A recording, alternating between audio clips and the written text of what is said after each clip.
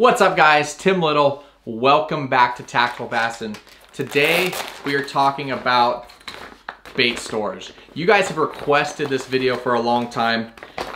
Just haven't really found time to fit it into the schedule, but today we're gonna go through some of the boxes from my boat, from my garage, some bait wraps, and show you guys how I store my baits. Now this is not a perfect system by any means. It's always adapting, I'm always trying new things, but right now, out of my garage, this is how I'm storing stuff. So if you guys have any recommendations or you guys have a better way of doing it, please leave that down in the comment section. Starting off the bat, my #1 most used box is gonna be a standard waterproof box. This one's by Plano. It's got a rubber gasket inside. It works really well for keeping your expensive baits free of rust. You know, right now I got the Evergreen, the Z-Man chatterbaits in here, but it's a great box. I use it for 90% of my general boxes. The downside to something like this, pay attention if you guys do get moisture in here. Say you open this up during a rainy day, make sure you open it up because that seal will trap the moisture in, and then you're gonna have rust issues.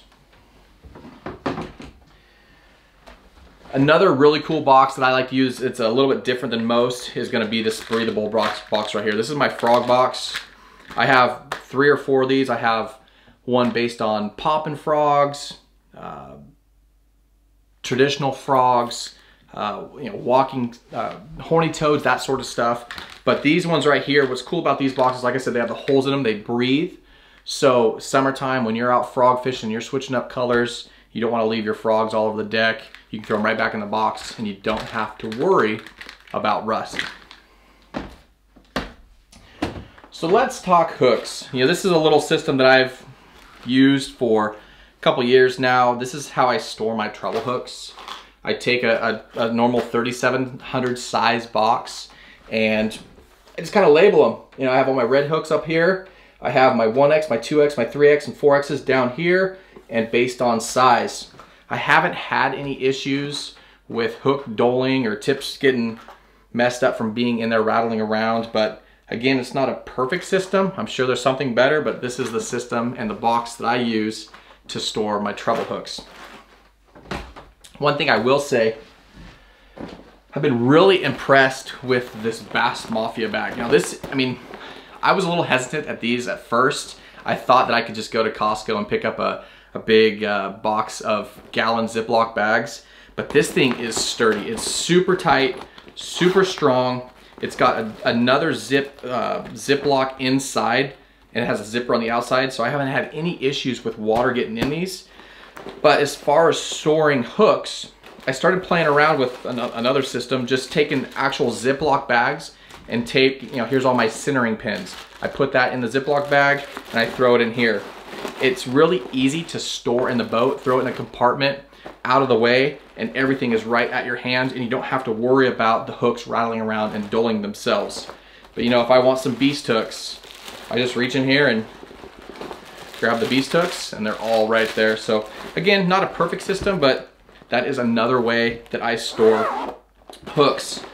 This bag also works great for soft plastics. If you want to have all your drop shot baits, or you want to have all your Ned worms in one bag, throw them in here, leave a little bit of air in there so they don't completely compress and bend your tails or mess up the baits, and they easily store in your boat. So let's talk swim baits. There's no perfect way to store swim baits.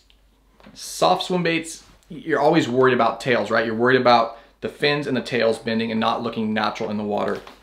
One thing that I do with both soft and hard swim baits is I use a bait wrap or a bait bag.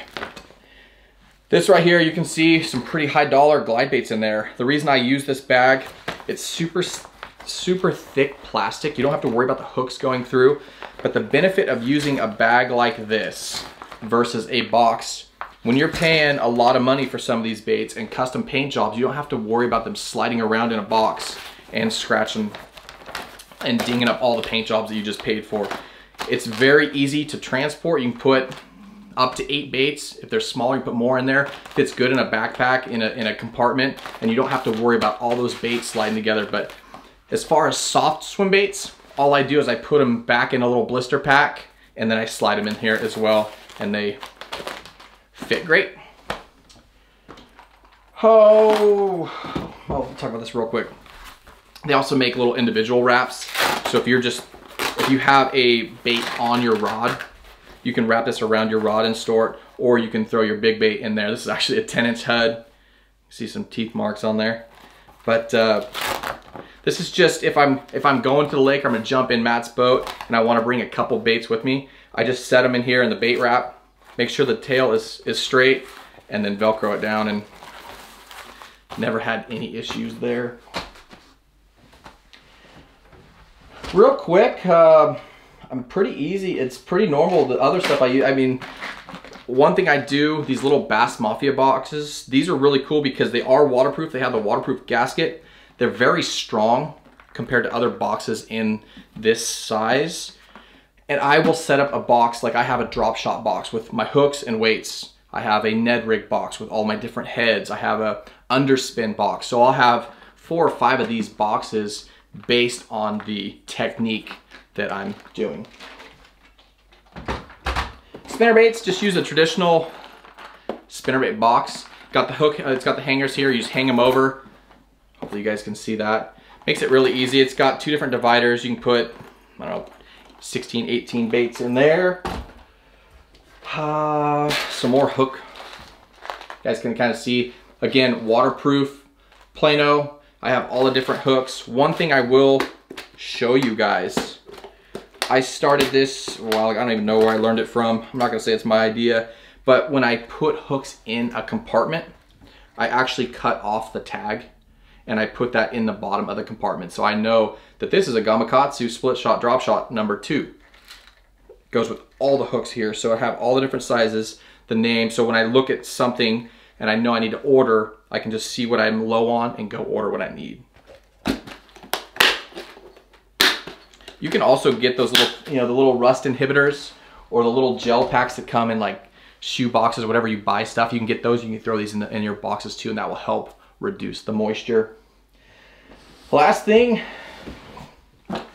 jigs. I mean, this is a 3700, but it's the tall box. This is really how both Matt and I store our jigs. I got little baggies in here if I want to have multiple colors. I'll make a bag with the 2 colors that I want with the sizes, and I'll take a Sharpie and write on them, but it's just a way to organize everything. And again, just very simple, very easy, nothing special. But that is it, guys. That is bait storage. You guys have requested this video for a long time, how we store our stuff, and that's kind of how it is. If you guys have any suggestions or you guys have a better way, please leave those down in the comment section, and we can learn from you guys. But again, if you have any questions, leave those down in the comment section. We appreciate you guys. If you guys like this video, hit the like button. Remember, subscribe to our channel. We're doing 3 videos a week for you. We got 1 more buyer's guide coming to you before Christmas. We appreciate you guys. Have a good one.